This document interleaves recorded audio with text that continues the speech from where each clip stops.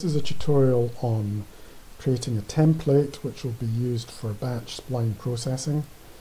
So we right click on the ultrasonic display and go into edit splines, and here we want to create new splines. We want to create a set of fan splines. We'll use the default setting here, which integrates all the knowledge about the depth and field of view settings.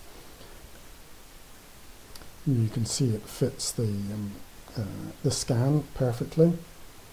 Now we'll create also a hyoid spline, and we will create a mandible spline.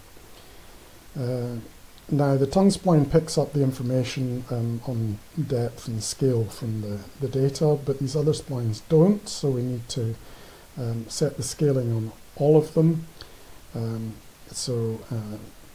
If we go to the tongue spline and click ruler, you can see that the ruler is already set, the full height of the display, and setting that to the correct length in millimeters. Click apply to and apply that to all of the other splines. Just click set, and that's that complete. They all now have the correct millimeter scaling. Now we want to set a roof limit. We'll draw something just very approximate to start with, and then we will move through the recording to see whether that limit is too low or too high. There, I think we need to raise it just a little bit. We want to exclude that bright point at the top there, this point here, because this is the soft palate rather than the tongue. So if we pick roof spline, something like that, and continue through the recording, there, maybe a little bit too low.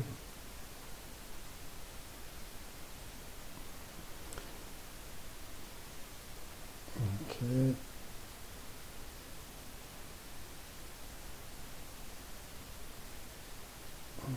Got the tip there, just raise that just a little bit.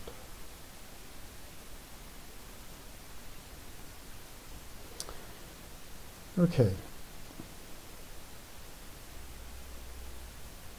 Just going to raise that a little bit as well. Okay, so now we can do the same for the min tongue. Again, we'll draw a guess as to where that might be. Somewhere like that. We want to probably exclude the floor of mouth as much as possible, but we don't want to exclude points where the tip might lower down to. So again, we just move through this and see whether the tongue seems to cross. It's very close there. We'll just bring that down just a little bit. That high E sound. Okay, and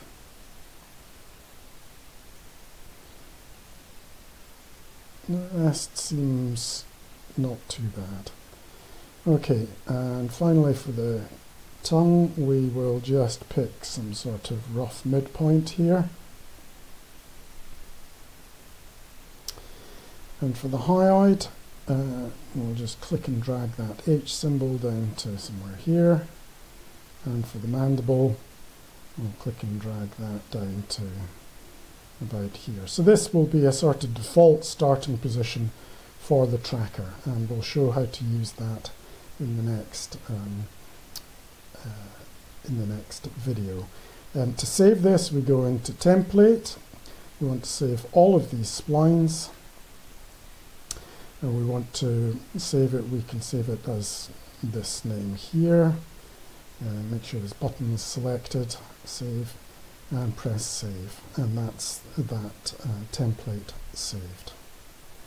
And we can do a save and close.